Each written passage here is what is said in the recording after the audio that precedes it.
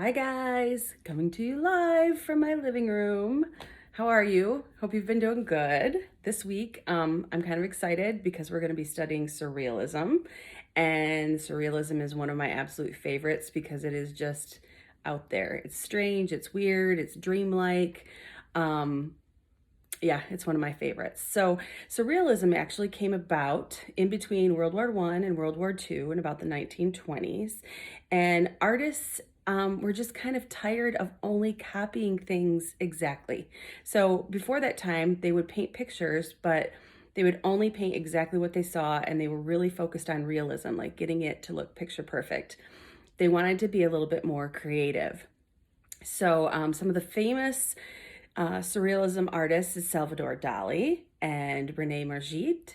And then one who's actually alive today is Vladimir Kush out of Russia.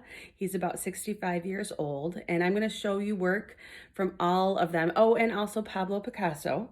He dabbled in it a little bit. He dabbled in a lot of different art forms, cubism, surrealism, and I'll show you one of his most famous artworks as well.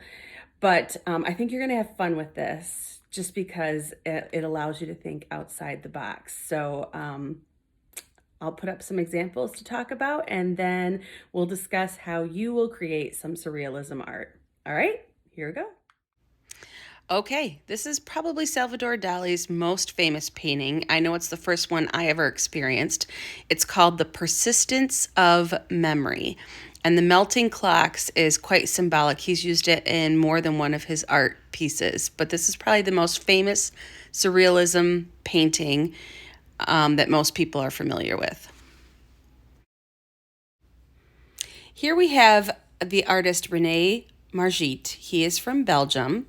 This is called The Son of Man, and this painting was meant as a self-portrait of himself with the bowler hat and the apple. It's probably the second most famous surrealist painting. And here we go. This is Pablo Picasso's most famous surrealist work. It's called Guernica, and it is in Spain. I believe Mr. Russell has seen this in person if you want to ask him about it. But it was a very powerful artwork about the effects of war.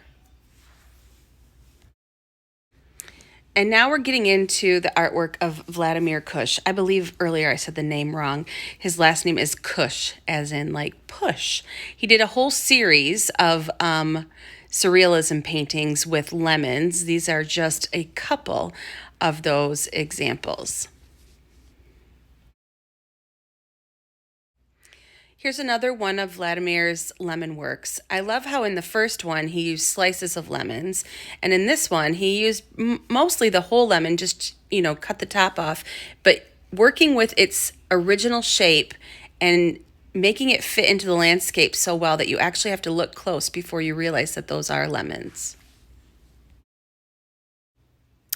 This artwork by Kush is called Gift for the Bride. And I want you to look really closely because he's done an excellent job of blending in the high-heeled shoes to look like a natural bridge in a mountain scene. And you can actually see cars moving over the bridge. This artwork is called The Atlas of Wonder. And I think it's just amazing how realistically he was able to paint the book coming right out of the trunk of the tree. I really love this one. I think it's pretty peaceful.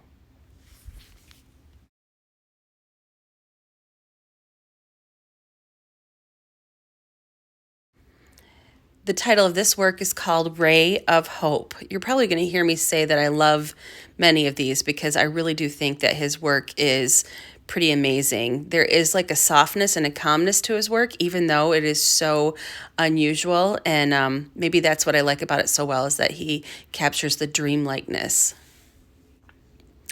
This one is called Morning Blossom. And again, another favorite of mine. I just think that he is a master at putting things together, putting unnatural things together in a way that it looks like it actually could possibly be real.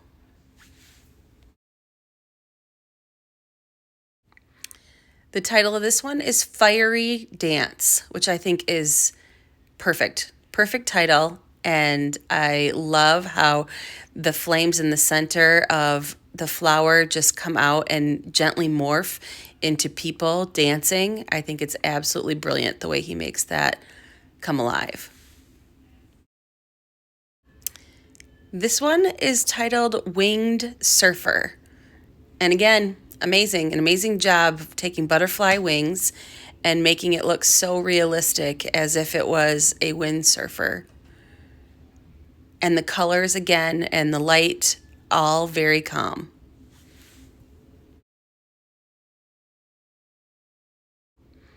I really should have made you guys guess some of the titles of these before I told you what they were. I think it would be interesting what you would come up with.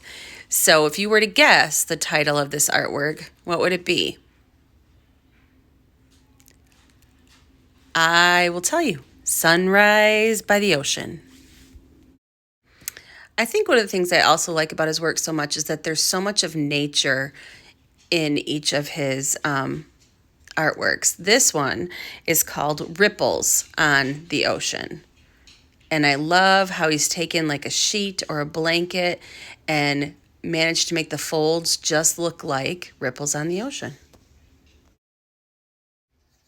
Okay, this one really is my absolute favorite. I would buy this and hang this in my house. It is titled Sea Glass. Now, most of Vladimir's paintings sell for $30,000 to $40,000 a piece, and some have sold for up to $100,000 a piece. So it's not really anything I can afford, but I love it. Okay, I hope you like those examples as much as I do. So here is your lesson for the day. I want you to create a surrealistic picture, full color, and the elements I want you to combine are this. So you need to have an element of nature, and the nature can be the landscape as a backdrop, or it could be an animal or anything that grows. So for instance, if you chose an animal, you could put an animal in an unrealistic environment, somewhere where you normally wouldn't see it. If you chose a landscape, your landscape could be your background, but then you put unusual elements into the landscape. I hope that makes sense. Review some of the artwork if you need some inspiration. And I cannot wait to see what you guys come up with, okay? Don't forget, full color, put your name on it so I can see it, and I will see you soon. Bye.